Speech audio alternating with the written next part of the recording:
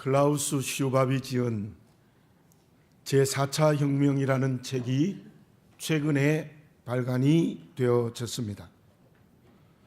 그의 서문에 이런 말을 하고 있습니다.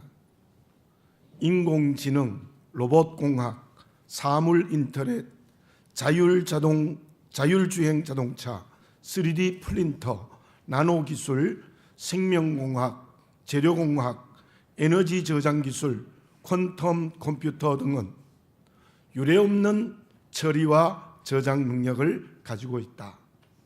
그 혁명의 속도와 깊이를 이해하기 어려울 정도이다.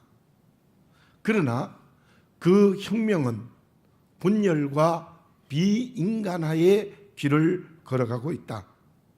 그 혁명을 통하여 비인간화를 극복하고 인간에게 힘을 불어넣어주고 나아가서 인간 중심이 되게 할 수 없을까?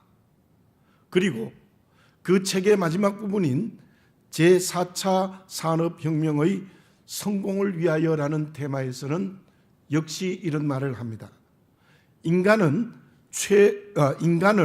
최우선으로 여기고 인간에게 힘을 실어주는 새로운 과학기술은 사람을 위해 만들어지는 가장 중요한 도구임을 항상 기억하며 모두를 위한 미래를 함께 만들어 나가야 한다. 저는 그 분야를 전혀 알지 못합니다. 다만 4차 산업혁명이 일어나면서 인간을 잃어가고 있다는 것입니다. 저자의 말대로 도리어 그 산업혁명을 위하여 인간을 되찾고 인간을 살아있게 하면 얼마나 좋을까? 그런 생각을 저대로 해보았습니다. 뿐만 아니라 저는 그 책을 읽으면서 신앙적인 생각을 하지 않을 수 없었습니다. 그것이 무엇인가 하면은 그러한 4차 산업혁명은 이미 이루어지고 있고 상당한 속도와 깊이로 가고 있습니다. 그러한 이 시대를 살아가는 우리에게 믿음을 잃어버리지 않을 수 있을까? 이런 산업혁명에서도 믿음을 끝까지 지킬 수 있을까라는 생각이 들어졌습니다. 저와 여러분, 어떤 환경과 관계에서도 믿음을 잃지 않아야 합니다. 믿음을 지켜야 합니다. 대적하고 박해하는 환경과 관계가 있다 할지라도 우리의 믿음을 잃어버리면 안 됩니다. 어떻게 하면 믿음을 잃지 않고 더 나아가 사명을 감당하는 길을 걸어갈 수 있겠습니까? 바울은 오늘 본문의 말씀의 상황은 로마의 감옥 아니었습니다. 단순히 감옥만이 아니라 그의 환경은 믿음을 지키기 어려운 환경과 관계입니다. 더군다나 사명을 감당하기는 매우 어려웠습니다. 주변의 대부분의 사람들이 바울을 대적하고 있습니다. 그럼에도 불구하고 바울은 믿음을 잃지 않습니다. 믿음을 지킵니다. 도리어 그 환경과 관계에서 하나님이 주시는 사명을 감당하고 있는 모습을 볼 수 있습니다. 그 이유가 무엇입니까? 오늘 본문의 말씀 12절 하반절에 보면 이러한 말씀이 있습니다. 처할 줄 아는 일체의 비결을 배웠노라. 모든 환경에 대처하고 모든 관계에 대처할 수 있는 모든 비결을 배웠다는 겁니다. 그런데 거기에 배웠다는 뜻은 비밀을 전수받았다는 뜻입니다. 그 비밀을 전수받은 게 무엇입니까? 하나님으로부터 배웠다는 거예요. 하나님으로부터 전수받았다는 거예요. 다니엘을 봅시다.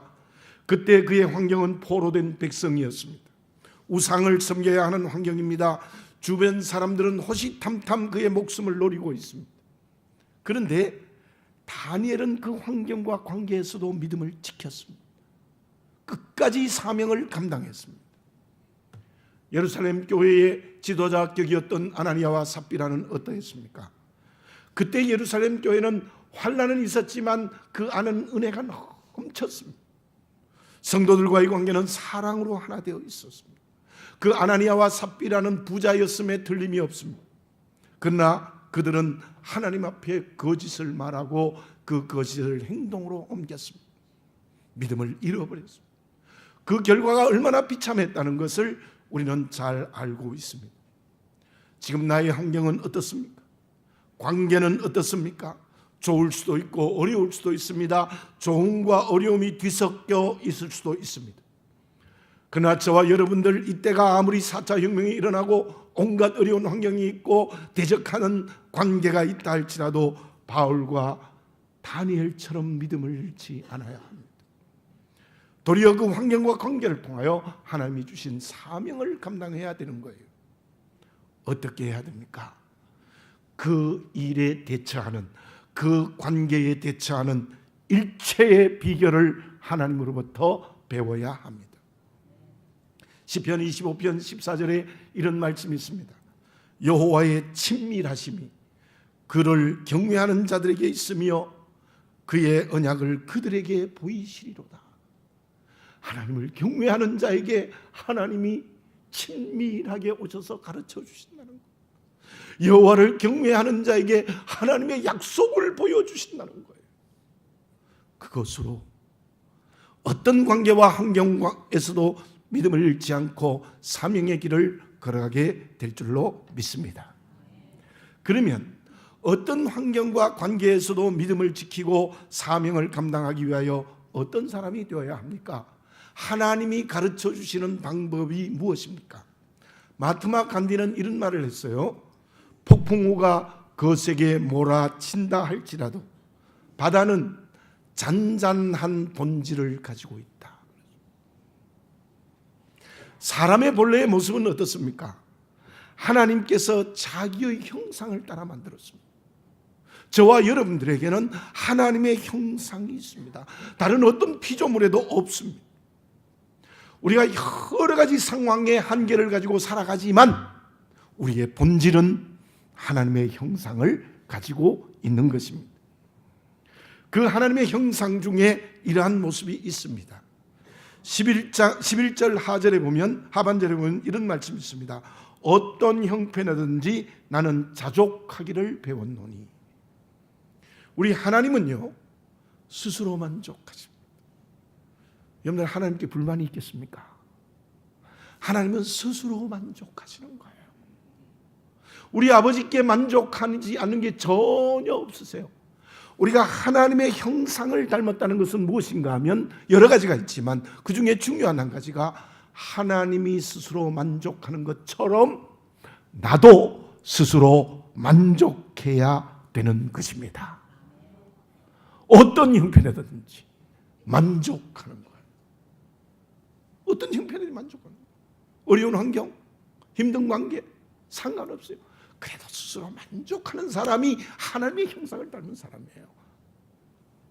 물론 본문의 말씀에 만족이라는 단어를 바울이 가져올 때는 스토아 철학에서 온 말입니다. 윤리적 용어입니다. 스스로 노력함에도 불구하고 변경할 수 없는 불가항력적인 환경에서는 신의 뜻을 받아들여야 된다. 우리가 믿는 하나님이 아닐 수도 있습니다. 어쨌든 신의 뜻을 받아들여야 된다. 어떤 환경에서나 초조하거나 불안해서는 안 되고 만족해야 된다는 말이 이 자족이라는 말의 의미예요. 바울이 그 말을 쓴 이유가 무엇입니까? 나는 하나님이 주신 스스로의 만족함을 가지고 있다는 거예요. 어떤 환경에서도 스스로 만족해요. 어떤 관계에서도 스스로 만족하는 거예요. 저와 여러분들은 하나님의 자녀입니다.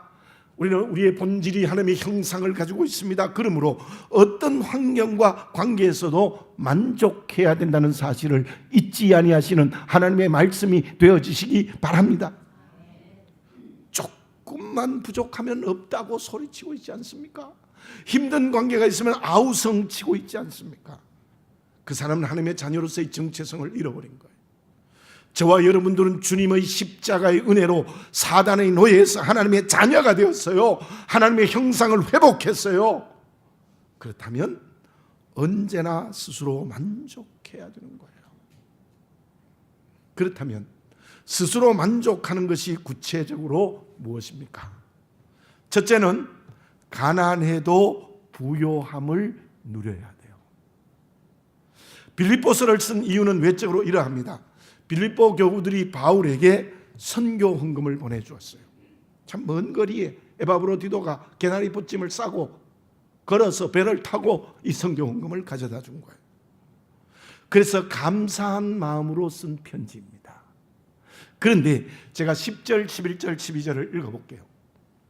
내가 주 안에서 크게 기뻐함은 너희가 나를 생각하던 것이 이제 다시 싹이 남이니 너희가 또한 이를 위하여 생각은 하였으나 기회가 없었느니라. 내가 궁핍함으로 말하는 것이 아니니라. 어떠한 형편에든지 나는 자족하기를 배웠노니 나는 비천에 처할 줄도 알고 풍부에 처할 줄도 알아. 모든 일 곧 배부름과 배고픔과 풍부와 궁핍에도 처할 줄 아는 일체의 비결을 배웠노라. 이때 바울이 로마 감옥에 있었을 때는요, 가난했어요. 아무것도 없었어요. 그런데 지금 바울이 무엇이라고 고백하고 있습니까? 나는 풍부하다, 배부르다 이렇게 고백하고 있습니다. 바울은 없어도 가난에 매이지 않았습니다. 여러분들 생각해 보십시오. 가난에 매이면 만족할 수 없습니다. 그런데 바울은 가난한데도 부요한 거예요. 부요. 바울은 고린도후서 6장 10절에서 이렇게 말하고 있습니다. 가난한 자 같으나 많은 사람을 부요하게 하고 아무것도 없는 자 같으나 모든 것을 가진 자로다. 저를 따라서 해봅시다. 아무것도 없는 자 같으나 모든 것을 가진 자로다. 아멘. 아멘입니다. 이게 스스로 만족할 수 있는 길이에요. 하나님이 가르쳐 주신 거예요. 아무것도 없어도 모든 것을 가진 자, 우리 아버지 하나님 천지 다 하나님 거 아닙니까? 그러니 아무것도 없어도 모든 것을 가졌어요. 그래야 스스로 만족해요. 둘째, 고난에서도 기뻐해야 합니다. 바울은 지금 감옥에 있습니다. 10절의 말씀처럼 그 감옥에서도 크게 기뻐하고 있습니다. 이 빌립보서의 별명이 기쁨의 편지입니다. 4장 4절을 너무나 잘 알고 있지 않습니까? 주 안에서 항상 기뻐하라. 내가 다시 말하노니 기뻐하라. 바울은 고난에서도 기뻐했기 때문에 믿음을 잃지 않고 주신 사명 감당했어요. 고난에서도 기뻐했기 때문에 바울은 스스로 만족했던 거예요. 고난에 넘어지고 절망하면 결코 만족할 수 없습니다. 그 사람이 어떻게 정말 하나님 앞에서 강해질 수 있겠습니까? 셋째, 연약할 때, 약할 때 강해지는 것입니다. 바울은 본문을 쓸 때 모든 것에 약했습니다. 나이가 많은 노인이에요. 거기다가 육체의 가시가 있었으니 결정적인 병을 안고 있어요. 환경과 관계 때문에 마음이 약해질 수 없었습니다. 약해질 수밖에 없었습니다. 동력자들도 배신하는 상황이에요. 영도 약해질 수밖에 없었어요.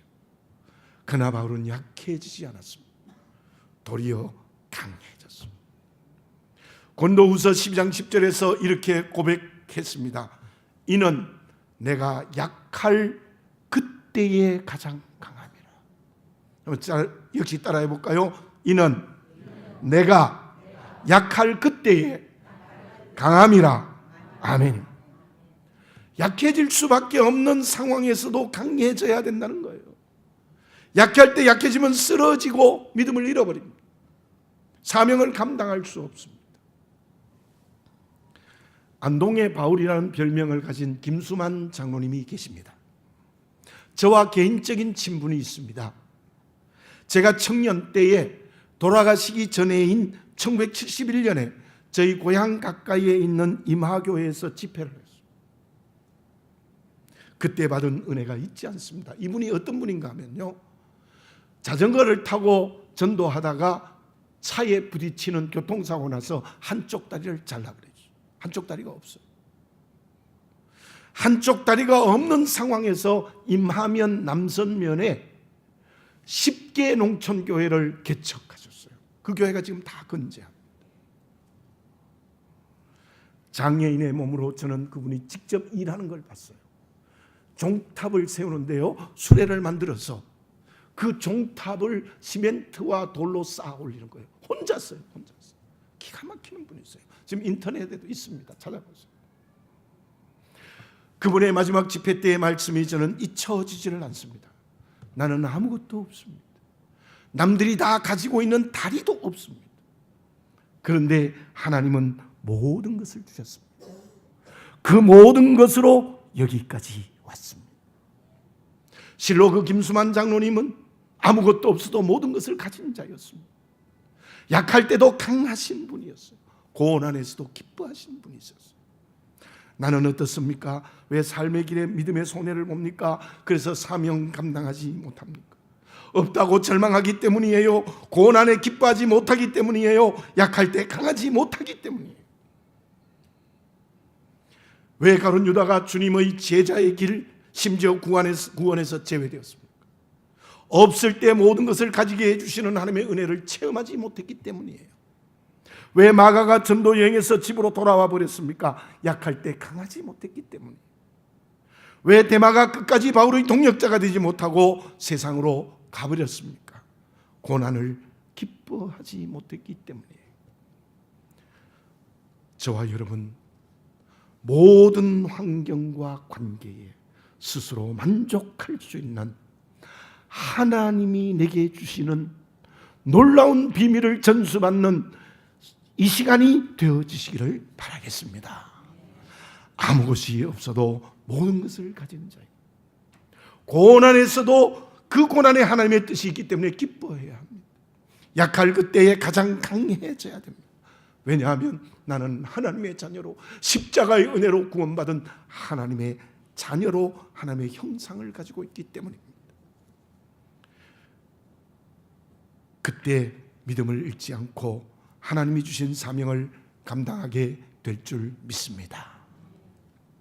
그러면 스스로 만족하여 믿음을 잃지 않고 사명을 감당하기 위하여 무엇이 우리에게 있어야 합니까?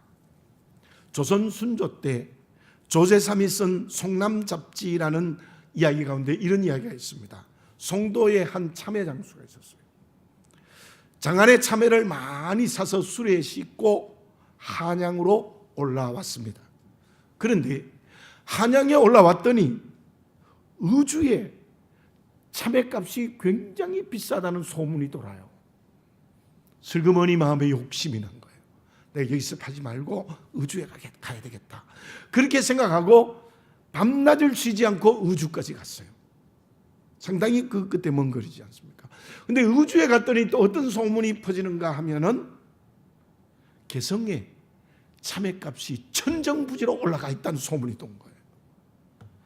그래서 슬그머니 더 욕심이 나는 거예요. 다시 수레에 그 참외를 싣고는 개성까지 왔어요. 실제로 개성에 와 보니까 이 참외값이 천정부지로 올라 있는 거예요. 기분이 좋았어요. 좋은 자리를 골라서 수레를 풀었는데요, 참외가 다 썩어버렸어요. 오랜 시간을 의주로 갔다 개성 온 사이에 다 썩어서 못 쓰게 돼요. 왜 그런 일이 벌어졌습니까? 마음에 욕심이 있었기 때문이에요. 욕심이 있었기 때문에. 사람에게 마음이 참 중요합니다. 마음에 무엇이 있느냐에 따라서 행동이 달라지는 거죠. 마음에 무엇이 있을 때 스스로 만족하여 믿음을 지키고 사명을 감당할 수 있겠습니까? 바울의 마음에 무엇이 있었습니까? 오늘 본문의 말씀 10절의 말씀도 시작도 내가 주 안에서 이런 말을 합니다. 내가 주 안에 있다는 말은 내 마음에 주님이 계신다는 거예요. 내 마음에 욕심이 있으면 안 돼요. 이기적인 자기가 자기 마음을 붙들고 욕심을 붙들고 있으면 안 되는 거예요. 내 마음에 무엇이 담겨 있습니까? 이기적인 자기입니까? 주님입니까? 이기적인 자기가 담겨 있으면 절대로 만족할 수 없어요. 아무리 주어도 부족해요. 여러분들 우리의 삶이 어떻습니까? 한양에 갔다가 의주에 갔다가 그리고 개성으로 가는 왔다 갔다 하는 욕심의 노예가 되고 있지 않습니까? 그 사람은 아무리 주어도 부족해요. 좋은 환경에도 기뻐하지 못해요. 강해도 약해지는 사람. 주님이 내 안에 계셔. 그때 참으로 만족하는 그리스도인이 될 수 있을 줄로 믿습니다. 그렇다면 주님이 내 안에 계시면 내가 어떤 사람이 되기에 만족합니까?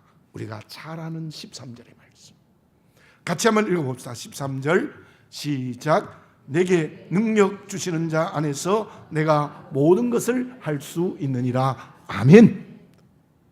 주님이 내 안에 계시면요, 주님이 나에게 능력 주시는 거예요. 능력을 주시는 거예요. 그 능력으로 못할 일이 없게 된다는 거예요. 주님이 내 안에 계셔서 성령 충만하여 주님의 영인 성령이 내게 능력 주시면요, 스스로 만족하게 되는 거예요. 그게 진짜 만족하는 방법이에요. 모세를 봅시다. 모세는 40살까지 애굽의 왕자였어요. 그 시대의 최고의 지성인, 최고의 군사력을 가졌고 최고의 위치에 있어요. 우리나라로 말하면 정말 상위 1% 정도가 아니라 최고의 자리에 있었어요. 세상의 능력 다 가지고 있었어요. 근데 그 모세가 기껏 할 수 있는 일이 사람 하나 죽이는 거예요. 사람 하나 죽이는 거예요. 그 후에 40년 동안 광야 생활하면서도 그런 비참하게 양을 이끄는 목자가 됐지 않습니까? 그러나 80이 되어서 노인이 되어서 정말 능력 없을 때에 하나님을 만납니다. 하나님이 마음에 오십니다. 하나님이 능력 주십니다. 모세가 못할 일이 없는 사람이 되지 않았습니까? 430년의 애굽에서 이스라엘 백성을 출애굽시키는 역사를 일으켰습니다. 시내산에서 율법을 받아 이스라엘 백성들을 바른 믿음으로 이끌었습니다. 40년 동안 모압 평지까지 이스라엘 백성을 인도하는 역사가 일어났던 거예요. 저와 여러분, 내 안에 주님이 계셔야 돼요. 그 주님이 주시는 능력 받아야 돼요. 그때 우리는 못할 일이 없는 스스로 만족하는 그리스도인이 될 수 있을 줄로 믿습니다. 그때 믿음을 잃지 않고 믿음을 지킵니다. 하나님 주신 사명을 감당하게 되는 거예요. 저는 요즘 깊이 개인이 기도하고 있는 게 있습니다. 다음 주일 헌당식을 앞두고 저는 하나님 앞에 엎드려 눈물이 나요. 어떤 기도가 되는가 하면 우리 교회가 반드시 해야 될 것이 있다. 물론 지금 교회의 어른 세대가 주님 안에서 능력을 받아 믿음을 잃지 않고 사명을 감당해야 될 거예요. 함께 다음 세대인 30, 40대 주님 안에서 성령의 능력 받아야 돼요. 어쩌면 우리보다 더 어려운 환경 관계예요. 더 어려운 환경에 있는 관계에 있는 생명들이 지금 뱃속에 있는 생명, 태어난 아기들, 유치부, 아동부, 중고등부 청년들, 그들이 주 안에서 성령이 주시는 능력 받아야 됩니다. 정말 믿음으로 스스로 만족할 수 있는 세대로 가르쳐야 됩니다. 그때 우리 교회가 희망이 있습니다. 우리 교회뿐만 아니라 민족이 희망이 있게 될 것입니다. 어떻게 해야 합니까? 부모로서, 교회의 어른으로서의 믿음의 모범과 교육을 해야 해요. 특히 가정에서 부모님들의 신앙교육이 매우 중요합니다. 그거 하지 않으면 아이들 마음속에 주님이 계시지 않아요. 또한 주님이 주신 능력으로 양육받을 수 없어요. 지금 내 자녀들에게 그 안에 주님이 계십니까? 주님이 주신 능력을 받고 있습니까? 우리 자녀들에게 주님이 계시지 않지 않습니까? 그러면 그들이 믿음을 잃어버리고 사명을 감당하지 못하면 우리에게 내일이 없는 것입니다. 공부를 하지 말라는 것이 아닙니다. 정말 학문을 통하여서 학문이 제 역할을 하기 위해서는 주님 안에 있고 주님이 주시는 능력을 받아야 된다는 거예요. 우리 교회의 저와 여러분들 어른 세대는 모세가 되어야 합니다. 그리고 다음 세대를 여호수아로 양육해야 될 줄로 믿습니다. 그 책임이 저와 여러분에게 있습니다. 그래야 그들이 가나안을 정말로 정복하는 성함교회가 될 수 있을 줄 믿습니다. 고린도후서 4장 7절에 이러한 말씀이 있습니다. 우리가 이 보배를 질그릇에 가졌으니 이는 심히 큰 능력이 하나님께 있고 우리에게 있지 아니함을 알게 하려 함이라. 보배는 예수님이에요. 예수님이 내 안에 계셔야 큰 능력을 가진 하나님께서 우리에게 능력 주신다는 거예요. 그 능력이 내게 있는 게 아니에요. 내게 있는 게 아니에요. 돈 많고 높은 자리 있고 건강하다고 능력이 있는 게 아니에요. 예수님이 내 안에 계셔서 하나님의 능력이 우리에게 주어질 때 진짜 스스로 만족하는 그리스도인이 될 수 있을 줄 믿습니다. 결과는 어떻게 되어졌습니까? 빌립보 교회는 어떤 교회입니까? 15절 16절을 제가 다시 한번 읽어봅니다. 빌립보 사람들아, 너희가 알거니와 복음의 시초에 내가 마게도냐를 떠날 때에 주고받는 내 일에 참여한 교회가 너희 외에 아무도 없었느니라. 데살로니가에 있을 때에도 너희가 한 번뿐 아니라 두 번이나 나의 쓸 것을 보내었도다. 여러분, 바울이 개척교회를 많이 했어요. 성경의 13교회인데 더 많이 했을 거예요. 근데 개척교회들이요, 바울에게 선교 헌금도 안 해줘요. 근데 오직 빌립보 교회만 여러 번 해주었어요. 그리고 이제 에바브로디도를 통하여 먼 거리에 로마 감옥에 있는 바울에게 선교 헌금을 보내준 거예요. 이 빌립보 교회는요, 바울을 위하여 선교 헌금을 했다는 게 중요한 것이 아니라 그런 행동을 통하여서 정말 바울의 선교의 고난의 일에 동참한 교회예요. 그니 빌립보 교회가 주님 안에 있었던 거죠. 주의 능력을 받았기 때문에 믿음을 잃지 않고 그 사명 감당하게 된 겁니다. 그들을 향하여 바울이 어떤 축복을 합니까? 본문의 말씀 18절을 읽습니다. 내게는 모든 것이 있고 풍부한지라 에바브로디도 편에 너희가 준 것을 받음으로 내가 풍족하니 이는 받으실 만한 향기로운 제물이요 하나님을 기쁘시게 한 것이라. 여러분, 우리가 정말 주 안에서 능력받아 스스로 만족하고 믿음 지키고 사명 감당하지 않는 그것이 하나님이 기뻐하시는 일인 줄 믿습니다. 하나님이 받으시는 향기로운 제물인 줄 믿습니다. 하나님께 영광 돌리는 거예요. 그리고 19절을 읽습니다. 나의 하나님이 그리스도 예수 안에서 영광 가운데 그 풍성한 대로 너희 모든 쓸 것을 채우시리라. 저를 따라서 다시 한번 합니다.